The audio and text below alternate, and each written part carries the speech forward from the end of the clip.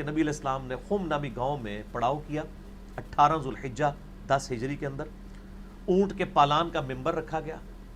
آپ صلی اللہ علیہ وآلہ وسلم نے کنکلوڈنگ گفتگو کی. اے لوگو آگاہ ہو جاؤ، میں بھی ایک انسان ہوں، قریب ہے کہ اللہ کا قاصد یعنی موت کا فرشتہ میرے پاس آئے اور میں اس کی دعوت قبول کر لوں. میں اپنے باتوں میں 2 بھاری چیزیں چھوڑ کر جا رہا ہوں. ان میں سے پہلی چیز اللہ کی کتاب ہے، اس میں ہدایت ہے، اس میں نور ہے. تم اللہ کی کتاب کو پکڑو، اپنا تعلق اس کتاب کے ساتھ مضبوط کرو. اللہ کی کتاب اللہ کی رسی ہے، جو اسے پکڑے گا وہ ہدایت پر ہوگا، جو چھوڑ دے گا گمراہ ہو جائے گا. اور زید بن ارقم کہتے ہیں نبی علیہ السلام پھر ترغیب دلاتے رہے، اللہ کی کتاب، اللہ کی کتاب، اللہ کی کتاب. لیکن امت نے پھر کتاب پر سے پش ڈال دی. تو پہلا پورشن آ گیا کامن بانڈ قرآن. پھر آپ صلی اللہ علیہ وآلہ وسلم نے فرمایا دوسری بھاری چیز میرے اہل بیت ہے. میں اپنے اہل بیت کے معاملے میں تمہیں اللہ کا خوف دلاتا ہوں. میں اپنے اہل بیت کے معاملے میں تمہیں اللہ کا خوف دلاتا ہوں. میں اپنے اہل بیت کے معاملے میں تمہیں اللہ کا خوف دلاتا ہوں، یعنی ان کے ساتھ حسن سلوک کرنا میرے بات. لیکن اہل بیت کے ساتھ بھی جو کچھ امت نے کیا، نبی علیہ السلام کی وفات کے 50 سال کے بعد 61 ہجری میں، وہ ایک تاریخ کا ایسا باب ہے کہ آپ اس کی مثال یعنی پچھلی امتوں میں پیش نہیں کر سکتے. بہرحال آپ صلی اللہ علیہ وآلہ وسلم نے امت کو پہلے ہی اس حوالے سے ڈرا دیا تھا. اسی حدیث میں زید بن ارقم سے وہ تابعین پوچھتے ہیں کہ یہ اہل بیت سے مراد کون ہے؟ کیا نبی کی بیویاں مراد ہیں؟ اب زید بن ارقم جو ہے وہ ایک طریق میں آتا ہے، وہ کہتے ہیں نبی کی بیویاں اہل بیت ہیں، لیکن یہاں پہ وہ مراد نہیں ہے. اور دوسرے طریق میں آتا ہے کہ بیوی تو کبھی ایک مرد کے ساتھ ہوتی ہے، کبھی دوسرے مرد کے ساتھ. اہل بیت سے مراد نبی علیہ السلام کے دودھ کے رشتے کے لوگ ہیں، خون کے رشتے کے لوگ ہیں. اب بڑے سخت لفظ تھے یہ، کئی علماء نے سنا، ان کا یہ کہ تو دریافت کر لیا بھائی، صحیح مسلم میں موجود ہے 6225 سے 6228 تک.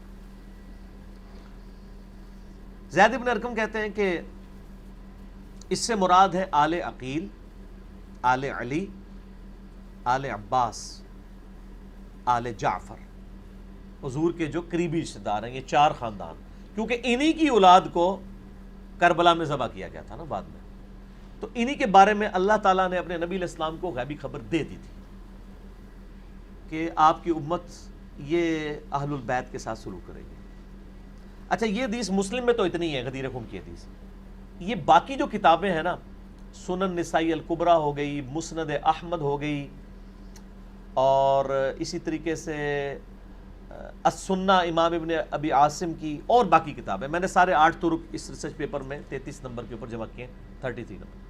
اس میں آگے حدیث چلتی ہے کہ آپ صلی اللہ علیہ وآلہ وسلم نے پھر اصحاب سے کہا، اے میرے صحابہ، قرآن کی یہ آیت النبی اولا بالمؤمنین من انفسہم وازواجہ امہاتہم، نبی علیہ السلام اپنے امتیوں پہ ان کی جانوں سے بڑھ کر حق رکھتے ہیں، اور نبی کی بیویاں امت کی مائیں ہیں.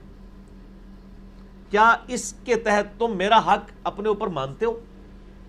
سب نے کہا بلا یا رسول اللہ، کیوں نہیں. پھر آپ نے مولا علی کا ہاتھ پکڑا اور یوں صحابہ کے درمیان بلند کیا پکڑ کے، فرمایا کہ پھر جو میرا حق مانتا ہے اپنے اوپر، حق ولایت، محبت والا حق، آقا ہونے والا حق، من کنت مولا فہذا علی مولا، پھر جس کا مولا میں ہوں اس کا مولا علی. پھر اسی حالت میں آپ نے کہا اے اللہ اس سے محبت رکھ جو علی سے محبت رکھے، اس سے دشمنی رکھ جو علی سے دشمنی رکھے. اور صحیح مسلم میں کتاب الایمان چیپٹر میں شروع میں حدیث ہے 240، علی سے محبت نہیں رکھے گا مگر مؤمن، علی سے بغض نہیں رکھے گا مگر منافق. وہ تو اس سے بھی بڑی بات ہے. محبت علی از دا لٹمس ٹیسٹ آف ایمان، کیونکہ علی کی اولاد نہیں ذبح ہونا تھا. علی علیہ السلام کے ساتھ ہی اس طریقے سے بعد میں ظلم ہونے تھے. اچھا غدیر خم پہ صرف نبی علیہ السلام کے وہ ساتھی باقی رہ گئے تھے جنہوں نے مدینہ یا شام جانا تھا، باقی تو سارا مجمع حجۃ الوداع پہ چھٹ چکا تھا. وہاں آپ نے یہ خطبہ نہیں دیا، وہاں والی جو روایتیں اس طرح کی ملتی ہیں وہ کمزور ہیں. اصل خطبہ غدیر کے اوپر ہی. تو بیسیکلی اہل شام کو اور اہل مدینہ کو ڈر سنایا جا رہا تھا. آپ کو پتہ ہے شامی صفین میں مولا علی کے خلاف کھڑے ہوئے، اہل مدینہ کے ساتھ ہی واقعہ ہررا ہوا. انصار کے ساتھ زیادتیاں ہوئیں، تو بیسیکلی ان کو ڈرانا مقصود تھا اور ان کو یہ بتانا مقصود تھا کہ سیدنا علی کے ساتھ وفاداری کرنی ہے، لیکن امت نے اس طریقے سے ان کے ساتھ وفاداری نہیں کی۔ اب ایک تلخ باب ہے، وہ آپ ریسرچ پیپر میں پڑھ لیں۔ تو میں اس غدیر خم کی حدیث کو جو سنی اور شیعہ دونوں کے ہاں پائی جاتی ہے، میں اسے کہتا ہوں یہ کامن بانڈ ہے، تعالوا الی کلمۃ سواء بیننا و بینکم۔ اس میں دو چیزیں بیان ہوئی ہیں، قرآن اور اہل بیت۔ قرآن کو پکڑنے کا مطلب یہ نہیں ہے کہ اس کو چوم کے غلاف میں لپیٹ کے رکھتے، یعنی قرآن کے جو عقائد و نظریات ہیں ان کو ماننا ہے۔ مولا علی کی محبت کا تقاضا یہ ہے کہ مولا علی بھی اللہ ہی کو پکارتے تھے، ایاک نعبد و ایاک نستعین۔ مولا علی کو نہ پکارا جائے، اللہ ہی کو پکارا جائے۔ ٹھیک ہو گیا؟ قرآن کی توحید، قرآن کے عقائد و نظریات کو پکڑیں، اور اہل بیت کے ساتھ حسن سلوک ہے۔ اس زمانے میں ہم زندہ ہوتے تو ظاہر اہل بیت کا ساتھ دیتے۔ آج اہل بیت کے ساتھ حسن سلوک یہ ہے کہ اہل بیت کا دفاع کیا جائے۔ ان کے مقابلے پہ جو ناسبی کھڑے ہیں، جو سیدنا علی سے بغض رکھتے ہیں، انہیں ناسبی کہتے ہیں۔